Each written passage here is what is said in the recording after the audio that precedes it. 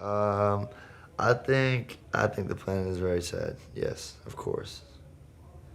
I definitely think the planet is very sad, and I think a lot of people are also very ungrateful, which is another big problem. Well, that's why I got the crybaby tat on my face. I got a humongous tattoo that says crybaby and shit to keep me grateful and remind me not to be a crybaby. So I see it every time I look in the mirror, to remind me that I'm blessed. Welcome to Montreality. This is Lil Peep. Let's get it.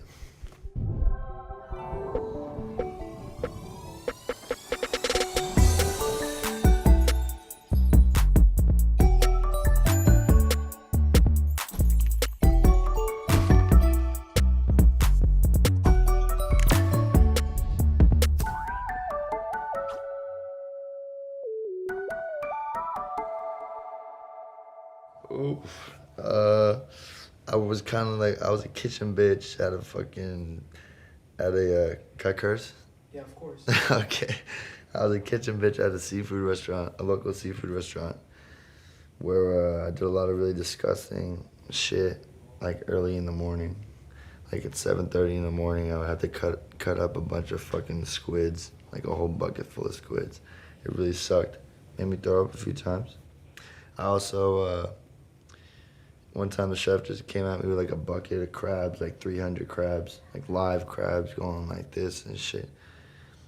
And apparently, I don't know if I'm gonna get arrested for this, but apparently to kill the crabs and cook them, you need to just take a pair of scissors, big ass cooking scissors, and just straight cut their faces off. So I'm a mass crab murderer. I cut the faces off of 300 crabs that day, and I never went back. Ooh. I mean, my favorite show still to this day is Scooby-Doo. I don't have a particular favorite character. The original Scooby-Doo, I just love it so much because of the soundtrack, the animation and everything. I don't know. I'm into like spooky, scary shit, and when I was a kid, that was what was scary to me, you know what I mean? Scooby-Doo. How about that dude, the submarine dude, you know what I'm talking about? With the big, yeah, you got it tattooed on him. He's got a tattoo. My homie has a tattoo with the dude from Scooby-Doo. That's the villain. Yeah, right there. That episode. That's wild. Yeah.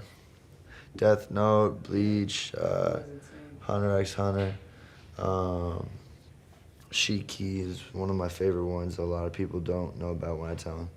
Even though a lot of people do, but it's one of the less popular ones, but it's my favorite one. RPGs, First I started out playing RuneScape. I love RuneScape. Then I did a little bit of World of War. And then World of Warcraft, World of War. My bad. Literally just woke up 10 minutes ago. And then I did Oblivion, Skyrim, Elder Scrolls was my shit.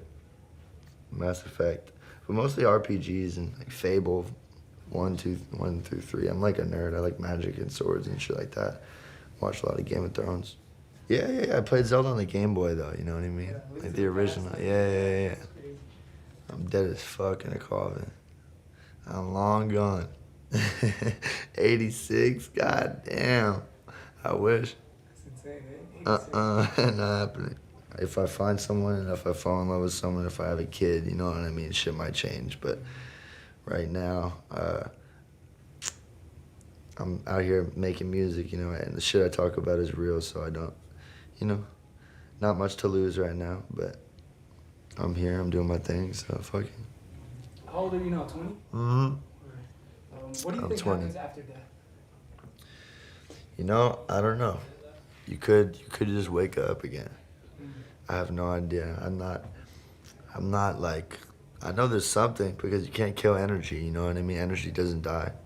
It's literally like a fucking weird thing that like leaves your brain when you die.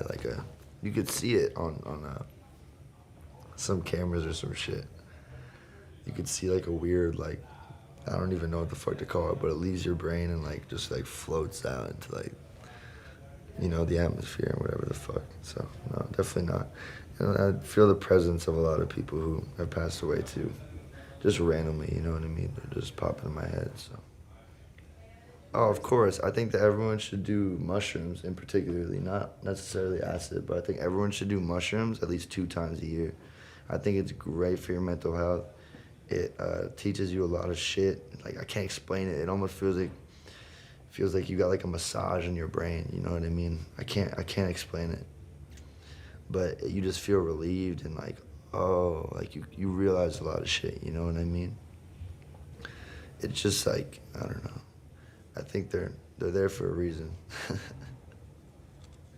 You know what? I have never had a bad trip.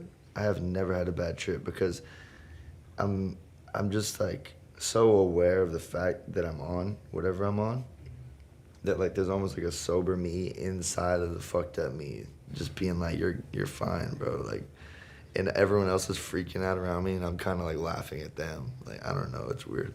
I'm just good at controlling myself on that shit. I used to sell mushrooms too, so I would eat like way more than you should eat every day. I kind of replaced weed with mushrooms, so yeah. Psychedelics became a regular thing to me. Like, I did mushrooms last night. Yeah, we ate mushrooms last night and I stayed up all night. I slept for like 2 hours, I think, in the car just before this interview. So that's me. Shit, my favorite rappers, definitely Future's on there. Gucci, Atlanta, man, fuck. Atlanta, you know, McConan.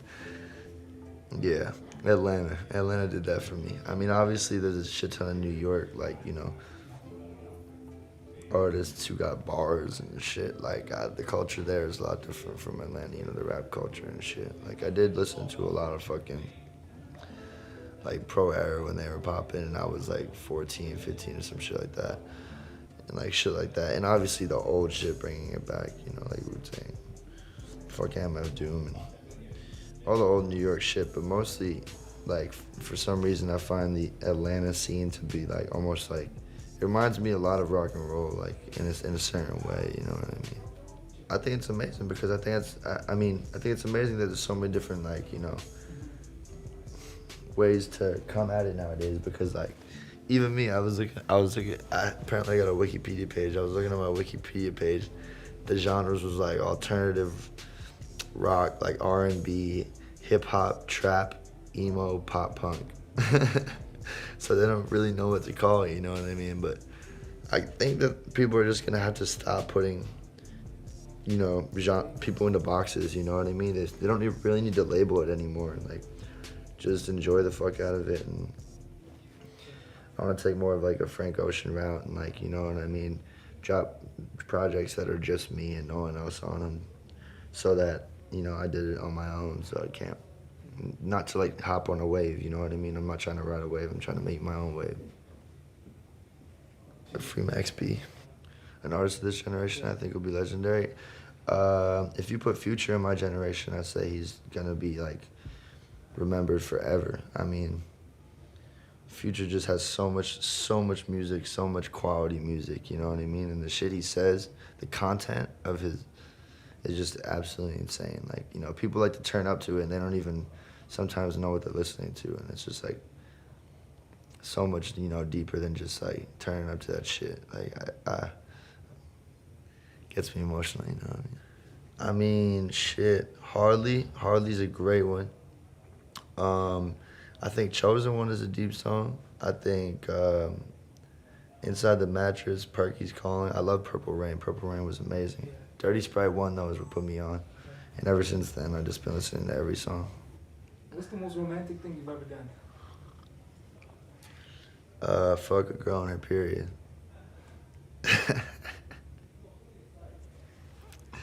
No condom. How do you heal a broken heart? You fuck her on her period. Yeah, I had a broken heart. I got a broken heart in my face. But, shit, I have no idea. I wish I knew. I just write songs about it, and it doesn't really help. So I'll learn one day, you know what I mean? 20, still growing up. I feel it. I mean, I got hentai posters all over my fucking room, so I brought them on tour with me too, because we're pretty much putting my bedroom on stage for the shows. It's just a bunch of hentai posters on the wall and shit. They just know what they're doing. They know what's attractive. They know what the fuck they're doing with everything too, from horror movies to hentai. You know, the Japanese are just absolutely, you know what I mean? They're just a step ahead of me. My ultimate fetish.